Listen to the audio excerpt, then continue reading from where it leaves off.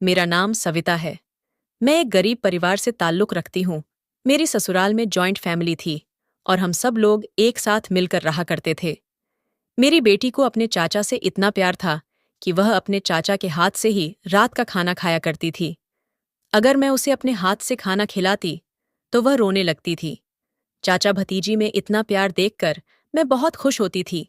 लेकिन हैरत की बात तो ये थी कि जब मैं अपने देवर के रिश्ते की बात करती थी, मेरी बेटी कोई न कोई कमी निकालकर इनकार कर दिया करती थी।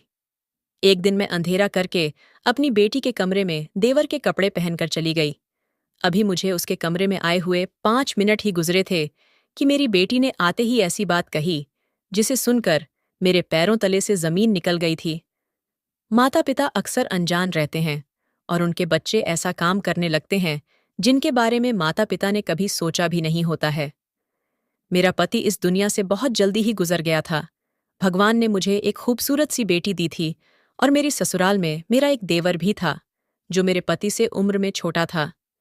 एक औलाद होने के बाद मेरे उसके बाद कोई बच्चा नहीं हुआ था और मेरे पति मेरी शादी के 6 साल बाद ही मर गए थे।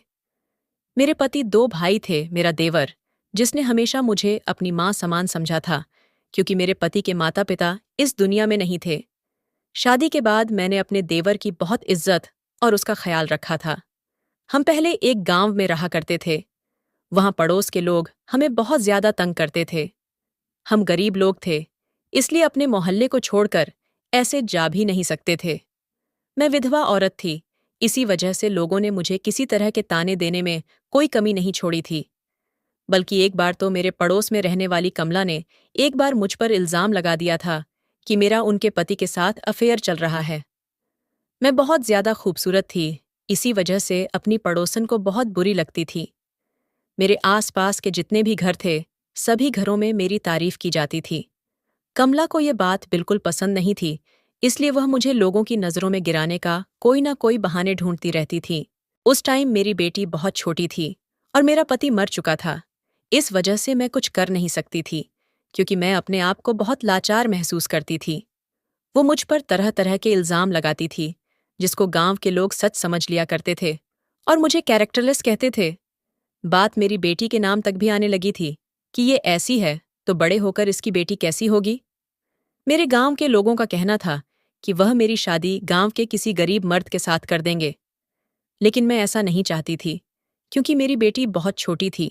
मैं नहीं चाहती थी कि कोई और दूसरा मर्द जो मेरी बेटी को स्वीकार न कर सके, मैं उस इंसान से शादी नहीं कर लूं। मुझे अब अपनी बेटी की परवरिश की चिंता लगी रहती थी। ये सारी परेशानियां मेरे पति के मरने के बाद ही हुई थीं। कमला ने मुझे इस कदर तंग कर दिया था कि मैं बहुत ज्यादा परेशान हो गई थी। मेरी शादी मेरे देवर के साथ भी नहीं हो सकती थी, क्योंकि वह मुझसे उम्र में बहुत छोटा था। मेरा देवर बहुत समझदार और अच्छा इंसान था और मेरी बहुत इज्जत किया करता था। लेकिन मैं किसी और से शादी नहीं कर सकती थी, क्योंकि इस गांव में कमला की वजह से मेरी काफी बेइज्जती हो चुकी थी। तो इस गांव में रहते हुए कभी भी मैं खुशहाल नहीं रह सकती थी। एक दिन तो बात बहुत ज्यादा हद से बढ़ गई थी। कमला ने सारे गांव में मशहूर कर दिया था कि मैं अपने घर में गैर मर्दों को मिलने के लिए बुलाती हूँ। मेरे देवर को जब यह बात पता चली, तो वह कहने लगा, मुझे आप पर पूरा भरोसा है, हम ये घर छोड़कर कहीं चलते हैं। यहाँ पर हम लोगों की ज्यादा ही बदनामी हो गई है, और फिर हमें अनाया का भी तो ख्याल रखना है। वह लड़की है और मैं नहीं चाहता कि कोई हमारी अनाया को अभी से ही बुरा कहे और उसको बचपन से ही बदनामी मिलती रहे। कमला बहुत बुरी औरत है, उसने आपकी सारे गांव में बदनामी करवा दी है। अब हमारा यहाँ पर रुकना बहुत मुश्किल हो गया है। मैं आपकी मदद करना चाहता हूँ। हम लोग इस घर को छोड़कर कहीं और रहने के लिए चले जाएंगे। मैंने उससे कहा, लेकिन यह हमारा अपना घर है, भले से ही छोटा है, लेकिन हम इस घर को छोड़कर कहाँ जा सकते हैं। नंदन ने कहा कि दुनिया बहुत बड़ी है, हम कहीं भी इस इज्जत से रह लेंगे, लेकिन यहाँ पर इस तरह से बेइज्जत होकर नहीं रह सकते। मेरे देवर ने कहा कि मैं अपनी भतीजी और आपसे बहुत ज्यादा प्यार करता हूँ। मेरे लिए अब दुनिया में आप दोनों ही रह गए हो। अब हालात ऐसे हो गए हैं कि हमारा यहाँ पर रुकना मुश्किल हो गया है। हर कोई आपको गंदी नज़र से देखा है, तो हर कोई मुझे भी किसी न किसी बात पर बेइज्जत करता रहता है। आखिर हम ऐसी जिंदगी कब तक गुजार सकते हैं। कमला ने सारे गांव में मुझे तो कैरेक्टरलेस साबित कर दिया था। यहाँ तक भी कहा था कि इस घर में रहते हुए मैं अपने कम उम्र के देवर पर भी नजर रखती हूँ, और गैर मर्दों के साथ रिश्ता बनाने के चक्कर में मैंने ही अपने पति को मार दिया है। मैंने अपने पति से लव मैरिज की थी और मेरा पति मुझे शहर से भगाकर अपने इस गांव में लेकर आ गया था। मेरी खूबसूरती और मेरी लव मैरिज ने मुझे बेइज्जती और बदनामी के सिवा कुछ नहीं दिया था। मैंने सोचा था कि शादी करने के बाद जब मैं अपने पति के घर आ जाऊंगी तो सुकून की जिंदगी गुजार सकूंगी, लेकिन मुझे नहीं पता था कि यहाँ आकर तो मेरा सुकून ही खत्म होने वाला है। कमला जैसी औरत मेरी जिंदगी में एक विलन का रोल निभाएंगी। मैं डिप्रेशन का शिकार हो गई थी, अपनी 4 साल की बेटी पर ही बहुत सख्ती करने लगी थी। अब मेरी बेटी 20 साल की हो गई है और मेरा देवर भी 35 साल का हो गया है। हम लोग रात के अंधेरे में वो गांव छोड़कर शहर आ गए थे। मेरा मायका शहर का ही था। मैं अपने माता पिता की सबसे छोटी और लाडली बेटी थी। मेरा पति गांव से शहर में काम करने के लिए आता था और तभी मेरा उससे अफेयर चल गया था। मैं पढ़ी लिखी लड़की थी और अच्छी तरह से इस बात को जानती थी कि मेरे माता पिता कभी भी अपनी पढ़ी लिखी बेटी की शादी किसी गांव के गवार के साथ नहीं करेंगे। मुझे अपने पति से इतनी ज्यादा मोहब्बत थी कि मैंने कभी उनके पढ़े लिखे न होने का कोई मतलब नहीं रखा समझा था। क्योंकि वह मुझे बहुत खुश रखते थे, इसलिए मैं उनके प्यार में अंधी होकर अपने माता पिता का घर छोड़कर गांव में आकर बस गई थी। क्योंकि मेरे पति के माता पिता नहीं थे, सिर्फ एक छोटा भाई था, इसलिए मेरी शादी के बाद ससुराल में मुझे कोई दिक्कत नहीं हुई थी। जब मेरी शादी हुई थी तो मेरा देवर 5 साल का था और अब हम लोग जब शहर आए तो हमने बहुत सारी परेशानियों का सामना किया। मेरे देवर ने एक मकान किराए पर ले लिया। मैंने अपने जेवर भी बेच दिए थे जो मेरे पति ने मुझे बनवा कर दिए थे। बस इसी तरह से हमने अपना गुजारा किया। धीरे धीरे मेरे देवर को शहर में अच्छा काम मिल गया और हमारे हालात बेहतर होते चले गए। अब मेरी बेटी जवान हो गई है। हम लोग एक छोटे से किराए के घर में रहते हैं। मेरी बेटी को बहुत अच्छी सिलाई आती है और उसने घर में ही सेंटर खोला हुआ है, और मेरा देवर लोगों के घरों में पेंट करता है। हम लोग बहुत सिंपल से लोग हैं और हमारा गुजारा शहर में आने के बाद आराम से हो रहा था। पुराने दिनों को याद करके अक्सर मेरी तबीयत खराब हो जाती थी, लेकिन फिर मैं खुद पर कंट्रोल कर लिया करती थी। मेरे देवर ने मेरा बहुत साथ दिया था और उसने मेरी बेटी से भी बहुत प्यार किया था। बचपन से ही मेरी बेटी ने अपने चाचा के सिवा किसी और को नहीं देखा था। जब मैं चाचा भतीजी की मोहब्बत को देखती तो मेरा दिल बहुत ज्यादा खुश हो जाता था। इतने सालों में हम अकेले ही रहे थे। शहर आ जाने के बाद मैंने पड़ोसियों से ज्यादा मेल जोल नहीं रखा था और ना ही मैं अपनी बेटी को बाहर ज्यादा जाने देती थी। वो सिर्फ अपने कॉलेज के लिए ही बाहर निकलती थी या किसी जरूरी काम के लिए। घर में ही लड़कियां सिलाई सीखने के लिए आती थीं। मैं अपनी बेटी को बहुत समझाती थी। मेरा कहना था कि दुनिया बहुत बुरी है, यहाँ मोहब्बत के नाम पर धोखा मिलते हैं। मेरे देवर ने अपनी भतीजी को हमेशा बहुत प्यार दिया था। मेरे देवर की हाइट हेल्थ इतनी थी कि उसकी इतनी उम्र हो जाने के बाद भी वह जवान ही लगता था। मैं जब भी नंदन से शादी करने के लिए कहती तो वह अपनी शादी के लिए इनकार कर दिया करता था। कहता था कि पहले मैं अनाया की शादी करूंगा, उसके बाद अपनी शादी करूंगा। मैं उससे कहती, नंदन, तब तक तो तुम्हारी उम्र बहुत हो जाएगी। लेकिन वह कहता, मुझे अपनी उम्र की कोई परवाह नहीं है। मैं हमेशा अपने देवर की तरफ से बेफिक्र रहती थी। वह मेरी बेटी का बहुत ख्याल रखता था, बल्कि मेरी बेटी के साथ एक दोस्त की तरह रहता था। मेरे देवर ने कभी पढ़ाई लिखाई नहीं की थी, लेकिन शहर आने के बाद उसने अपनी कमाई से मेरी बेटी को पढ़ाया लिखाया था। और उसके बाद जब मेरी बेटी बड़ी हुई तो उसने अपने चाचा को ट्यूशन दी, जिसकी वजह से मेरा देवर भी पढ़ना लिखना जान गया। मुझे इन दोनों का प्यार देखकर बहुत खुशी होती थी, लेकिन फिर कुछ अजीब होने लगा था। इतना अजीब कि मैं हैरान और परेशान रहने लगी थी। मेरी बेटी मेरे हाथ से खाना खाया करती थी, लेकिन कुछ दिनों से वह जिद कर रही थी कि वह खाना खाएगी तो अपने चाचा के हाथ से ही खाएगी। मैंने अपनी बेटी को समझाया कि तुम्हारे चाचा सो गए हैं, सुबह उनको काम पर भी जाना होता है, इसलिए वह जल्दी उठते हैं। तुम खाना खा लो और सो जाओ। लेकिन उसका कहना था कि चाचा को ही बुलाओ, मैं अपने चाचा के हाथ से ही खाना खाऊंगी। मुझे उसकी बात से गुस्सा आ गया। मैंने उससे कहा, ये क्या हरकतें हैं, छोटे बच्चों की तरह जिद लगा रखी है। इतनी ही देर में मेरी कड़क आवाज सुनकर मेरा देवर नन्नद भी अनाया के कमरे में आ गया था। शायद मेरी कड़क आवाज ने उसको जगा दिया था। उसका कहना था कि आप क्यों शोर कर रही हो। मैंने उसको बताया कि यह जिद कर रही है कि इसको तुम्हारे हाथ से ही खाना खाना है। मेरी यह बात सुनकर नंदन हंसने लगा और कहने लगा, इतनी सी बात है, कोई बात नहीं, मैं अनाया को अपने हाथ से खाना खिला देता हूं। अनाया ने नंदन के हाथ से खाना खा लिया और नंदन अनाया के कमरे में ही लगभग 1 घंटे तक बैठा रहा। रात के 11 बज चुके थे। मैंने कहा, खाना खिलाते खिलाते तुमने पूरा 1 घंटा लगा दिया है। सुबह तुम जल्दी भी उठते हो, इस तरह से इतनी रात तक जागोगे तो फिर कैसे सुबह को आंख खुलेगी। तो वो कहने लगा, हम चाचा भतीजी बातें कर रहे थे, बस बातें करने में ही कुछ टाइम लग गया था। मैंने नंदन से कहा, बातें करने में टाइम खराब मत किया करो, चलो जाकर सो जाओ। मुझे बड़ी हैरानी हो रही थी कि अचानक अनाया को क्या जिद लग गई है कि उसको अपने चाचा के हाथ से ही खाना खाना है।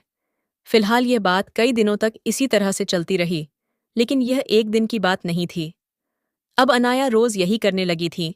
वो अपने चाचा के हाथ से ही खाना खाया करती थी और नंदन उसको खाना खिलाने के बहाने 2 या 3 घंटे से पहले उसके कमरे से बाहर नहीं निकलता था।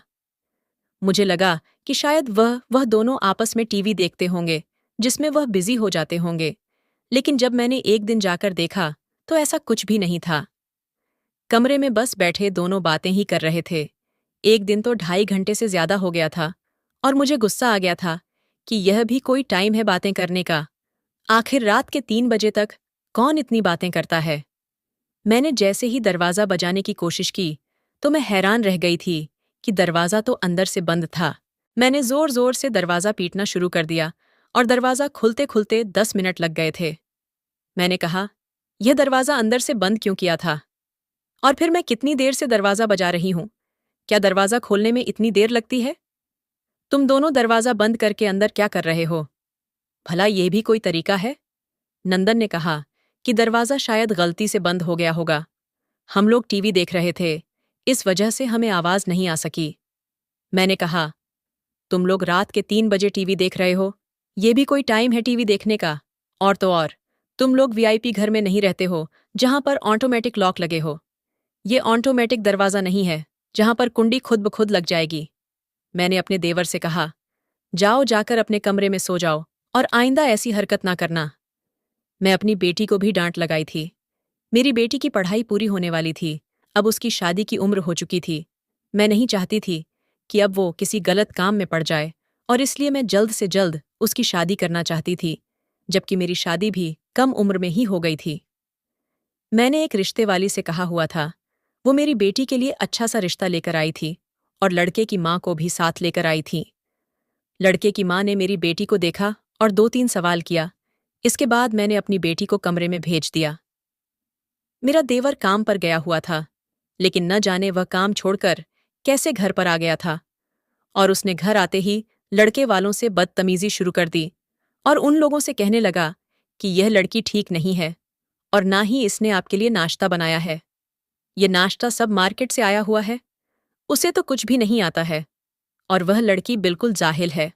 और कहने लगा कि यह लड़की हर किसी से लड़ाई झगड़ा करती रहती है। अभी कुछ दिनों पहले अपने कॉलेज में अपनी टीचर का सर फोड़कर आ गई है। आप यकीन नहीं करोगी, हमारे घर में तो पुलिस भी आ चुकी है। जैसे तैसे हमने इस केस को रफा दफा किया था। वो औरत बड़ी हैरानी से मेरे देवर की तरफ देख रही थी और बार बार मुझे भी देख रही थी। मैं बहुत परेशान हो गई थी और यह सोच रही थी कि नंदन ये क्या तमाशा बना रहा है और बोलता ही चला जा रहा है, जबकि इस बात में कोई भी सच्चाई नहीं थी। वह भी जानता था कि वह झूठ बोल रहा है। न जाने क्यों वह लड़के वालों से झूठ बोल रहा था। मेरी बेटी ने कभी किसी भी टीचर का सर नहीं फोड़ा था, यहाँ तक कि उसने तो कभी स्कूल में किसी से बदतमीजी तक नहीं की थी। मुझे नंदन से ऐसी उम्मीद बिल्कुल भी नहीं थी। न जाने इस लड़के को क्या हो गया था। मैं यह देखकर खुद हैरान हो गई थी कि कहीं यह नशा करके तो नहीं आया है।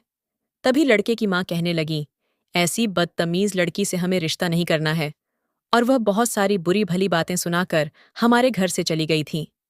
जैसे ही वह लोग चले गए थे, उनके जाने के बाद मैंने नंदन से सवाल किया कि तुमने यह सब कुछ क्या किया है? तो नंदन कहने लगा, आपने इन लोगों की शक्ल देखी थी, ये लोग कहीं से भी ढंग के नहीं लग रहे थे। मैं अपनी इकलौती भतीजी की शादी इन लोगों के साथ नहीं करूंगा। मुझे लड़का बिल्कुल भी पसंद नहीं है। आपने देखा, हमारी अनाया कितनी खूबसूरत और कितनी कम उम्र की है, जबकि इनके लड़के का तो कितना उम्र हो रहा होगा। मुझे यह लड़का बिल्कुल भी पसंद नहीं आया था, इसलिए मैंने ऐसा कहा। मैंने नंदन से कहा, पागल लड़के, तुम एक बार मुझसे भी तो पूछ सकते थे। तुम्हें इतना तमाशा लगाने की क्या जरूरत थी? तुमने उन लोगों को बुरा नहीं कहा, बल्कि उन लोगों के सामने अपनी ही भतीजी की इंसल्ट कर दी। अब देखो, ये लोग कहीं और जाकर हमारी बेटी के बारे में ऐसी बातें करेंगे तो फिर हमारे घर पर रिश्ते ही नहीं आएंगे। नंदन कहने लगा, ऐसा कुछ नहीं होगा जैसा आप सोच रही हो। मैंने ऐसा इसलिए किया कि ऐसे घटिया लोग हमारे घर पर दोबारा रिश्ता लेकर ना आ सके। और आप तो उन लोगों पर इतना फिदा हो रही थी, सिर्फ उनके घर और जायदाद देखकर। ये तो देखो कि हमारी अनाया कितनी खूबसूरत और प्यारी है, और उस लड़के की शक्ल से ही लग रहा था कि वह ठरकी है। और उसकी माँ को देखा आपने, कितनी चालाक औरत लग रही थी। मैं अपनी अनाया को किसी ऐसे लड़के के हवाले नहीं करना चाहता। मुझे नंदन की इस हरकत पर बहुत गुस्सा आ रहा था, लेकिन अब जो हो चुका था, हो गया था। उन लोगों से दोबारा बात करने का कोई फायदा नहीं था। अगर मैं कहती कि मेरा देवर मजाक कर रहा था, तब भी वह लोग मेरी बात को नहीं मानते। शाम के टाइम पर नंदन और अनाया आंगन में बैठे हुए समोसे खा रहे थे और खूब खुल खुल कर हंसी मजाक कर रहे थे, जबकि मेरा मूड बहुत खराब था। न जाने उनको किस बात की खुशी थी। एक दिन मैं अपनी बेटी के कमरे की सफाई कर रही थी और वह कॉलेज एग्जाम देने के लिए गई हुई थी, तो उसका मोबाइल घर पर ही रह गया था। मैं उसके कमरे में ही मौजूद सफाई कर रही थी। तभी अचानक अनाया के मोबाइल पर किसी का फोन आने लगा। मैंने जब कॉल रिसीव की तो अनाया के कॉलेज की एक फ्रेंड बोल रही थी। वह कहने लगी, आंटी, अनाया की तबीयत कैसी है अब? अनाया ने कॉलेज में एप्लीकेशन लगाई हुई है और बताया था कि उसकी तबीयत ठीक नहीं है, इसलिए उसे 2 दिन की छुट्टी चाहिए। मैंने उसको बताया कि बेटा, अनाया तो कॉलेज ही गई हुई है, उसने कोई एप्लीकेशन नहीं दी है और उसकी तबीयत भी बिल्कुल ठीक है। उसने कहा, नहीं आंटी, उसके एप्लीकेशन पर तो आपके भी साइन थे।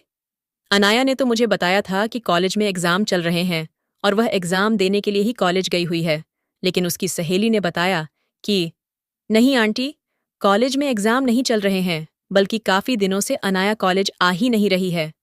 मैं बहुत परेशान हो गई थी कि ना जाने मेरी बेटी यह क्या कर रही थी। घर से तो अनाया कॉलेज के लिए ही निकलती थी, फिर वह कॉलेज क्यों नहीं जा रही थी? मैंने उसकी सहेली से बोल दिया था कि तुम उसको मत बताना कि तुम्हारी मेरी बात हो गई है, और कॉल कट करके मैंने अनाया का मोबाइल वहीं उसके कमरे में ही रख दिया था। शाम को मैं नंदन और अनाया को बुलाया। कमरे का माहौल बिल्कुल अदालत जैसा बना हुआ था। मैंने अनाया को उसकी दोस्त की कॉल के बारे में खुद ही बता दिया और पूछा कि यह सब क्या है, और तुम कॉलेज के बहाने कहाँ जाती हो? तुम्हारी सहेली बता रही थी तुम लगभग लगभग 5 दिन से कॉलेज नहीं जा रही हो, और तुमने एप्लीकेशन भी दी हुई है जिस पर तुमने मेरे फर्जी साइन कर दिए हैं। हिम्मत कैसे हुई तुम्हारी झूठ बोलने की और मेरे नाम से सिग्नेचर करने की? तुम यह सब कुछ क्या कर रही हो? नंदन और अनाया दोनों ही सर झुकाकर खड़े हुए थे, क्योंकि उनको पता था कि उनकी चोरी पकड़ी गई थी। इसलिए उनके पास बोलने के लिए कुछ भी नहीं था। मुझे बहुत गुस्सा आ गया। मैंने कहा, जो कुछ भी तुमने किया है सच सच बताओ, नहीं तो मैं तुम दोनों को ठीक करके रख दूंगी। मैं अच्छी तरह से जानती थी कि मेरे देवर नंदन ने अनाया का साथ जरूर दिया होगा। मैंने अपनी बेटी से कहा कि मैं तुम्हें पैसे देना बंद कर दूंगी, फिर देखूंगी तुम अपना खर्चा कैसे करोगी। तभी अचानक अनाया कहने लगी, माँ, मैं कुछ दिन की छुट्टी ले ली थी और मैं अपने दोस्तों के साथ मूवी देखने के लिए जाया करती थी, चाचा की परमिशन लेने के बाद, और हम सब लड़कियां आपस में मिलकर पार्क भी घूमने जाते थे। मैंने कहा कि तुम्हें संडे का दिन घूमने के लिए और मूवी देखने के लिए नहीं मिलता है क्या? नंदन ने कहा कि मेरा दिल कर रहा था मूवी देखने जाने का, इसलिए मैंने ही कहा था अनाया को कॉलेज की छुट्टी करने को और आपसे झूठ बोलने को। मैंने कहा, नंदन, आखिर तुम लोग क्या कर रहे हो?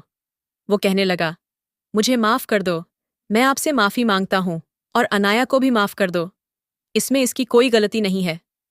बस मेरा दिल कर रहा था, इसलिए मैंने अनाया से कॉलेज की छुट्टी लेने के लिए कहा था। और हम लोग एक दिन मूवी देखने गए तो एक दिन पार्क चले गए थे। इन दोनों का बिहेवियर मुझे बिल्कुल भी समझ नहीं आ रहा था। न जाने ये लोग क्या कर रहे थे। घर में भी मेरा देवर और मेरी बेटी यही अजीब अजीब तरह की हरकतें किया करते थे। मैं अब इन दोनों पर कड़ी नजर रखने लगे थी, ये दोनों घर में खूब हंसी मजाक करने लगे थे, तो कभी आपस में 2-2 घंटे बैठकर बातें करते थे। चाचा भतीजी में कुछ ज्यादा जा मोहब्बत हो गई थी। इन दोनों को एक दूसरे के अलावा और कोई दिखाई नहीं दे रहा था। इस बीच मैंने अनाया के लिए एक और रिश्ता देखना शुरू कर दिया था और अपने देवर को कहा था, अगर लड़के में कोई कमी दिखे तो मुझे बताना, लोगों के सामने तमाशा बनाने की कोई जरूरत नहीं है, क्योंकि तुम इतना नहीं जानते हो कि ऐसा करने से तुम्हारी अपनी भतीजी की ही बदनामी होगी और इस तरह से तुम्हारी भतीजी के रिश्ते आने भी बंद हो जाएंगे। ये बात सुनकर मेरे देवर ने एक बड़ी अजीब सी बात कही। उसने कहा कि मेरी भतीजी को रिश्तों की कोई जरूरत ही नहीं है। मैंने नंदन से कहा, क्या कहना चाहते हो तुम? मतलब क्या है तुम्हारा, कि रिश्तों की जरूरत नहीं है? मेरा देवर कहने लगा, बस मेरे मुंह से निकल गया, ऐसी भी कोई बात नहीं है। मैं तो अपने देवर और अपनी बेटी से बहुत ज्यादा परेशान हो गई थी। पता नहीं ये क्या करते रहते हैं और अपने दिमाग में क्या सोचते हैं। ये मेरी ही वजह से हुआ था कि मैंने अपने देवर और अपनी बेटी को कुछ ज्यादा ही छूट दी हुई थी। इस बार मैंने अपनी बेटी के लिए जो रिश्ता ढूंढा था, उसमें कोई गलती निकाल ही नहीं सकता था। लड़का बहुत कम उम्र का था, देखने में भी हैंडसम था, उसकी फैमिली भी बहुत अच्छी थी और अमीर परिवार से ताल्लुक रखता था। उसके माता पिता बैंक में नौकरी करते थे। लड़का खूबसूरत और गोरा चिट्टा था और मेरी बेटी से उम्र में ज्यादा बड़ा भी नहीं था, बल्कि उसकी उम्र के बराबर ही होगा। और लड़के वालों को मेरी बेटी पसंद भी आ गई थी, क्योंकि मेरी बेटी अनाया बहुत ज्यादा खूबसूरत थी। मैंने जब अपने देवर की तरफ देखा कि अब तो वह कोई गलती निकाल ही नहीं सकता है। नंदन चेहरे से बहुत ज्यादा परेशान लग रहा था। लड़के वालों ने कहा कि हमें आपकी बेटी बहुत पसंद आ गई है और हम जल्द से जल्द मंगनी की रस्म करना चाहते हैं और जल्द से जल्द शादी करके आपकी बेटी को अपने घर लेकर जाना चाहते हैं। मुझे यह बात सुनकर बहुत खुशी हुई थी और मुझे उनकी यह बात बहुत अच्छी लगी थी। उन्होंने कहा, अब हम आपके घर आ गए हैं, एक बार आप हमारे घर आकर सारी इन्फॉर्मेशन ले लो। उसके बाद सारी बात बैठकर कर ली जाएगी और शादी की डेट भी फिक्स कर ली जाएगी। मुझे एक बात बहुत पसंद आई थी। उन्होंने हमें अपने घर आने के लिए फौरन ही इनवाइट कर दिया था। मैंने भी कह दिया था कि हम 2 दिन बाद आप लोगों के घर आ जाएंगे। जब वह लोग हमारे घर से चले गए तो मेरा देवर कहने लगा, हम यहाँ पर रिश्ता नहीं करेंगे। मैंने नंदन की तरफ हैरान होकर देखा, जैसे कि वह मेरी बेटी की शादी होने देना ही नहीं चाहता था। मैंने कहा, क्यों नहीं करेंगे? क्या खराबी है इस रिश्ते में? मैंने कहा, ऐसे रिश्ते तो नसीब वालों को मिलते हैं। मैं तो यहाँ अपनी बेटी की शादी करने के लिए तैयार हो गई हूँ और शुक्र करो जो तुम्हारी भतीजी के भाग्य जाग चुके हैं। मैं तो अपनी बेटी की शादी इसी परिवार में करूंगी और वह भी जल्द से जल्द करूंगी। कहीं ऐसा ना हो कि यह रिश्ता हमारे हाथ से निकल जाए। वो लोग बहुत अमीर और पढ़े लिखे लोग हैं, साथ ही अपने घर की बहू बेटियों पर कोई बाउंडेशन भी नहीं लगाते हैं। मुझे उन लोगों की यह बात बहुत अच्छी लगी थी कि 2 दिन बाद ही आप अपनी बेटी को भी अपने साथ लेकर हमारे घर पर आ जाओ। दोनों बच्चे आपस में बैठकर बातें कर लेंगे, क्योंकि उन दोनों को अपनी जिंदगी गुजारनी है, इसलिए उनका बात करना बहुत जरूरी है। मुझे उनका यह बिहेवियर बहुत ज्यादा पसंद आया था, क्योंकि ऐसे लोग बहुत कम होते हैं जो लड़का लड़की को शादी से पहले बात करने की परमिशन देते हैं। मैंने तो अपने देवर से और अपनी बेटी से दोनों से ही कह दिया था कि शादी तो वहीं पर ही होगी। दोनों मेरी इस बात पर खामोश ही हो गए थे। मैंने उनकी इस खामोशी को हाँ समझ लिया था, क्योंकि खामोशी का मतलब यही होता है। मैं लड़के वालों के घर जाने की तैयारी करने लगी थी। मैंने अनाया के लिए भी एक अच्छा सा सूट निकाल लिया था और अपनी भी खूब अच्छी सी तैयारी कर ली थी। लेकिन जब 2 दिन बाद हमें उनके घर जाने के लिए निकलना था, तो घर में ना तो नंदन मौजूद था और न ही अनाया। दोनों ही घर से यह कहकर निकले थे कि दोनों लड़के वालों की फैमिली के लिए गिफ्ट लेने जा रहे हैं, क्योंकि खाली हाथ जाना अच्छा नहीं लग रहा था। लेकिन उन दोनों को मार्केट गए हुए 2-3 घंटे बीत चुके थे। अभी तक वह घर पर वापस नहीं आए थे। उन लोगों ने हमें दोपहर के खाने पर बुलाया था और दोपहर के 3 बज चुके थे और खाने का टाइम निकला जा रहा था। अगर हम देर से जाते तो वह लोग क्या समझते, यह हमारी इज्जत और बेइज्जती का मामला था। मैंने नंदन को फोन मिलाया तो वह फोन रिसीव ही नहीं कर रहा था, और जब कहीं जाकर थोड़ी देर बाद फोन रिसीव करता तो कह देता कि हम लोग आ रहे हैं, बस रास्ते में ही है, ट्रैफिक लग रहा है, इस वजह से देर हो रही है। लेकिन थोड़ी देर के बाद मेरे देवर ने अपना मोबाइल नंबर स्विच ऑफ कर दिया था और मेरी बेटी का नंबर भी स्विच ऑफ जा रहा था।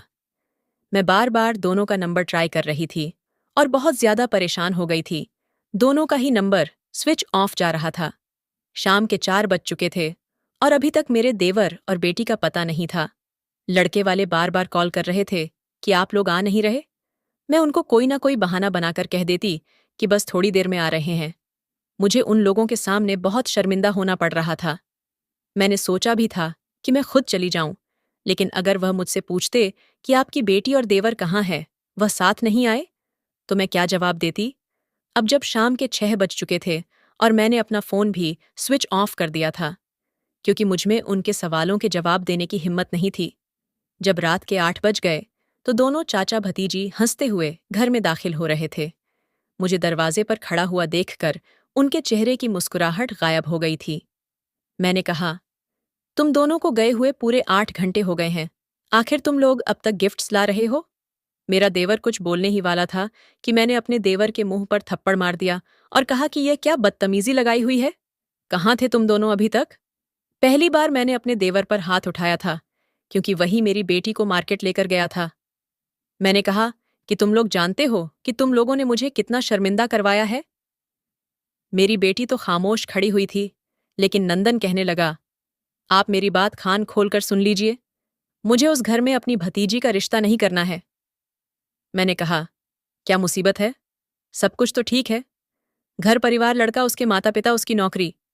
तो अब तुम्हें क्या परेशानी है? अब किस बात की कमी निकालोगे? इस पर नंदन ने कहा, यह लड़का कितना ही अच्छा बन जाए, लेकिन मुझे अपनी भतीजी की शादी इस लड़के के साथ नहीं करनी है। अनाया कि मुझे किसी से भी शादी नहीं करनी है। और यह कहकर वह दोनों घर के अंदर चले गए और अपने अपने कमरों में जाकर बंद हो गए। मेरे देवर ने कभी भी मुझसे ऊंची आवाज में बात नहीं की थी और कभी वह मेरी मर्जी के खिलाफ नहीं गया था। फिर आज इसको क्या हो गया था? मैं सारी रात जागती रही और परेशान थी। मैंने यह भी देखा था कि कभी नंदन मेरी बेटी के कमरे में सारी रात नहीं बैठा था। न जाने यह लोग आपस में क्या खिचड़ी बना रहे थे। एक दिन मैंने अनाया से कहा कि तुम मेरे कमरे में जाकर सो जाओ, मुझे आज तुम्हारे कमरे की सफाई करनी है। अनाया मेरे कमरे में जाकर सो गई थी। मैंने अनाया जैसा सूट पहन लिया था और उसके कमरे में जाकर बेड पर लेट गई थी। ऐसे बिहेव कर रही थी जैसे मैं गहरी नींद में सो रही हूं। मेरे जाने के लगभग 1 घंटे बाद नंदन भी अनाया के कमरे में आ गया था और उसने अंधेरे में मेरे करीब आकर कहा, क्या हुआ, आज इतनी जल्दी सो गई हो? आज तो बहुत सारा काम करना है। मैं ऐसे एक्टिंग कर रही थी कि जैसे मैं जाग गई हूं, लेकिन मैंने अपना चेहरा ढका हुआ था और कमरे में अंधेरा भी था, जिस वजह से मेरा देवर मुझे पहचान नहीं सका था। मेरा देवर कहने लगा, अभी सिर्फ 24 घंटे ही बाकी है, फिर हमें किसी से भी डरने कि या छुपाने की कोई जरूरत नहीं है। हम जो करेंगे खुल्लम खुल्ला करेंगे और हमें कोई भी नहीं रोक पाएगी। आज मैं इतना खुश हूं कि तुम्हें क्या बताऊं। मैं सोच भी नहीं सकता था कि हम कितने खुशकिस्मत हो सकते हैं। मैंने तो अपने फ्यूचर के सपने भी देखने शुरू कर दिए हैं। और तुम देखना, शादी के बाद हमारी जिंदगी बहुत आसान और हसीन हो जाएगी। शादी की बात सुनते ही मेरे पैरों तले से जमीन निकल गई थी। आखिर मेरा देवर यह किस तरह की बातें कर रहा था, वो भी अपनी बेटी जैसी भतीजी के साथ। वो कहने लगा, तुमने अपने शादी के कपड़ों का इंतजाम तो कर लिया है ना? ऐसा ना हो कि आखिरी टाइम पर तुम शॉपिंग करने की जिद करने लगो। मैंने तो अपनी शॉपिंग करनी शुरू कर दी है। जैसे ही मेरे देवर ने यह बात कही तो मैं झटके से उठ गई और लाइट ऑन कर दी और अपने देवर के मुंह पर थप्पड़ दे मारा और उससे कहने लगी कि तुम यह किस तरह की घटिया बातें कर रहे हो? तुम किसी से शादी करना चाहते हो और तुम किसकी शादी पर कपड़े पहनने की बात कर रहे हो? ये सब तुम क्या कह रहे हो नंदन? बताओ मुझे, आज मैं सारी सच्चाई जानना चाहती हूँ। मेरे शोर की आवाज सुनकर अनाया भी वहां पर आ गई थी और आकर मेरा हाथ पकड़ लिया और कहने लगी, माँ, चाचा को मत मारो, मैं आपको सब कुछ सच सच बताती हूँ। मैंने अपनी बेटी से चिल्लाते हुए कहा, हाँ, बताओ, तुम क्या बताना चाहती हो और क्या समझाना चाहती हो? मैंने तुम लोगों को जरूरत से ज्यादा प्यार दिया है, इसी बात का तो तुम फायदा उठाते हो। ये रिश्ता हमारे लिए बहुत अच्छा था। तुम्हारा चाचा कहीं भी तुम्हारा रिश्ता होने ही नहीं देता। तुम लोग घर से गायब हो जाते हो और अब यहां बैठकर ये तुम्हारा चाचा किस तरह की बातें कर रहा था? आखिर ये सब कुछ क्या हो रहा है? प्लीज तुम दोनों को मेरी कसम है, मुझे सब कुछ बता दो, नहीं तो मैं अपनी जान ले लूंगी। मैं अपने होश में बिल्कुल भी नहीं थी और जो मेरे मुंह में आ रहा था कहे जा रही थी। लेकिन जैसे ही मुझे नंदन और अनाया ने बात बतानी शुरू की तो मेरे कदमों तले से जमीन निकल गई थी। पहले तो नंदन ने बताया कि मुझे हमारी ही गांव में रहने वाली लड़की से मोहब्बत हो गई है, जिस गांव ने आपको बहुत ज्यादा तकलीफ दी है, जिन लोगों का जिक्र आप इस घर में बर्दाश्त तक नहीं कर सकती। और तो और कमला का जवान बेटा सोहन अनाया उससे मोहब्बत कर बैठी है और उसी के साथ शादी करना चाहती है। अब ये कोई इत्तेफाक था या कुछ और, जो हम दोनों आपके ही नफरत करने वाले लोगों से मोहब्बत कर बैठे। मुझे तो हमारे गांव के मुखिया की बड़ी बेटी, जिसकी शादी अभी तक नहीं हुई है, उससे मेरी मुलाकात तब हुई थी जब मैं एक आदमी के घर पेंट करने के लिए गया था। वहां पर वह आई हुई थी और देखते ही मुझे उससे प्यार हो गया था और इसी तरह से हम दोनों का प्यार बहुत गहरी मोहब्बत में बदल गया था। कमला के बेटे मोहन की मुलाकात अनाया से उसके कॉलेज में हुई थी।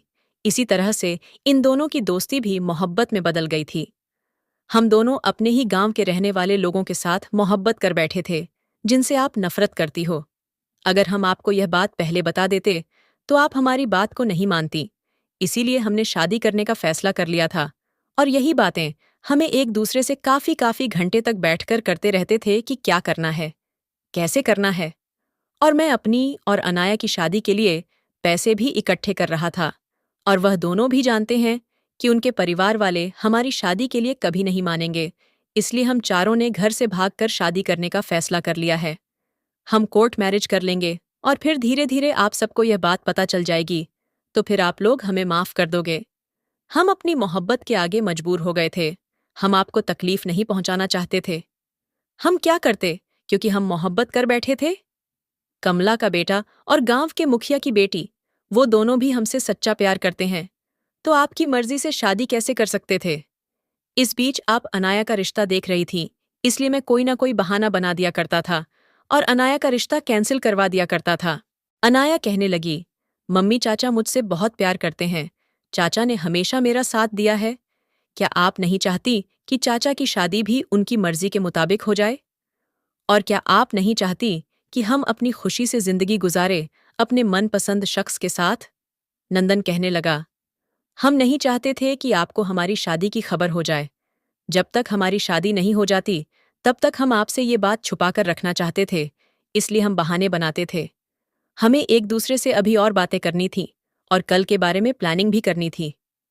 मेरी बेटी और देवर ने हाथ जोड़ लिए और कहने लगे, हमें माफ कर दीजिए, आपको ये सब सुनकर बहुत दुख होगा कि कल हमारी शादी है।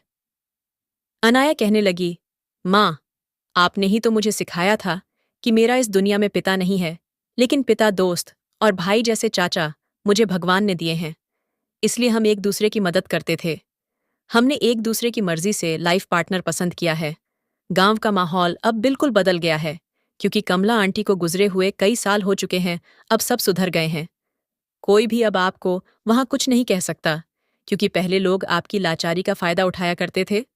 अब तो हमारे हालात पहले से बहुत बेहतर हो गए हैं, इसलिए किसी की मजाल नहीं कि कोई मेरी माँ पर उंगली भी उठा सके।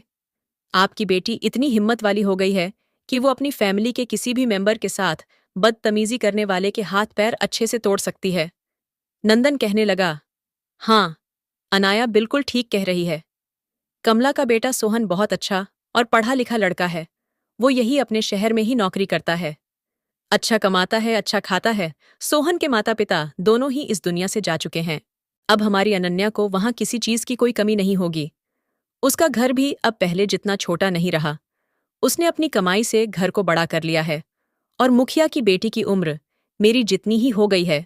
मुखिया जी के मरने के बाद उसकी सौतेली माँ ने आज तक उसकी शादी नहीं की, इसलिए मैं उससे शादी करना चाहता हूँ। वो मुझसे बहुत प्यार करती है। मैं उसे अपने घर की इज्जत बना लूंगा और मुझे पता है आप उसे बहुत खुश रखेंगी। वो दोनों बोलते जा रहे थे और रोते जा रहे थे। ये बात तो सच थी कि ये लोग अगर मुझे सच बताते तो मैं कभी भी हाँ नहीं करती और उस गांव से कभी उनको नाता जोड़ने नहीं देती। लेकिन शायद सही कहते हैं, आप जो नहीं चाहते हैं वही आपके साथ हो जाता है। मैं उस गांव से बहुत दूर आ गई थी, लेकिन उसी गांव से दोबारा नाता जुड़ गया था। इनको प्यार हुआ तो उसी गांव में रहने वालों से। मैं एक तरफ को अपना सर पकड़कर बैठ गई थी। मुझे समझ नहीं आ रहा था कि मैं क्या फैसला करूं।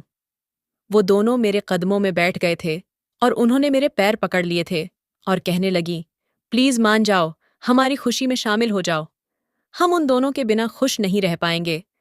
अगर आप चाहती हो कि हम आपकी मर्जी के मुताबिक शादी कर ले, तो आप जहां कहोगी हम वहीं पर शादी कर लेंगे, लेकिन हम खुश नहीं रहेंगे। मैंने उन दोनों के सर पर हाथ रखा और कहा कि तुम्हें क्या लगता है कि मुझे तुम लोगों की खुशी की कोई परवाह नहीं है? तुम लोगों की खातिर ही तो मैं उस गांव से निकलकर यहां पर आ गई थी, और तुम दोनों की वजह से ही मैंने दूसरी शादी भी नहीं की थी। मैंने अपनी सारी जिंदगी तुम लोगों के हवाले कर दी थी। क्या अब मैं तुम दोनों के लिए इतनी सी भी कुर्बानी नहीं दे सकती? ठीक है, मैं गांव जाकर सोहन से बात करना चाहती हूँ और उस लड़की के घर पर रिश्ता लेकर जाना चाहती हूँ जिससे नंदन शादी करना चाहता है। शादी अब कोर्ट मैरिज के तरीके से नहीं, बल्कि इज्जत के साथ होगी। तुम दोनों की शादी मैं ही कराऊंगी। तुम्हें कोर्ट मैरिज करने की कोई जरूरत नहीं है। वो दोनों रोते हुए मेरे गले लग गए थे।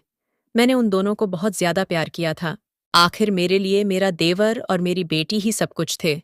इसलिए मैंने अपनी सारी खुशियां और प्यार कुर्बान कर दी थी। तो क्या मैं उनकी खुशी के लिए इतनी सी भी बात नहीं मान सकती थी? और जिस गांव की बात हो रही थी, उस गांव से मुझे बड़ी बेइज्जती मिली थी। लेकिन अब जब सब कुछ ठीक हो गया है, ये बात काफी सालों पुरानी है, तो मैं भी इस बात को भूलना चाहती हूँ। मैं गांव गई और मुखिया की बेटी से अपने देवर का रिश्ता मांगने चली गई, और दूसरी तरफ सोहन के माता पिता तो मर चुके थे, लेकिन एक उसकी कुंवारी बहन थी। वह अपनी बहन को लेकर हमारे घर आ गया था। उसने अनाया का रिश्ता मांग लिया था और फिर एक ही दिन में अपनी बेटी को विदा किया, और दूसरी तरफ अपनी देवरानी को घर लेकर आ गई थी। अब वह दोनों बहुत खुश हैं और अपनी जिंदगी आराम से जी रहे हैं। मेरी खुशी तो मेरा देवर और मेरी बेटी ही थी, इसलिए मैंने पुरानी सारी बातों को खत्म कर दिया था। मेरी बेटी अपनी ससुराल में बहुत खुश रहती है। कमला का बेटा बिल्कुल भी कमला पर नहीं गया है। वह बहुत अच्छा समझदार है। उधर मेरी देवरानी भी बहुत अच्छी है। दोस्तों, उम्मीद करती हूँ आपको हमारी कहानी पसंद आई होगी। कहानी पसंद आई है तो वीडियो को लाइक करें। चैनल पर नए हैं तो चैनल को सब्सक्राइब करें, और हाँ, नोटिफिकेशन बेल को जरूर दबाएं ताकि अगली अपडेट सबसे पहले आपको मिले।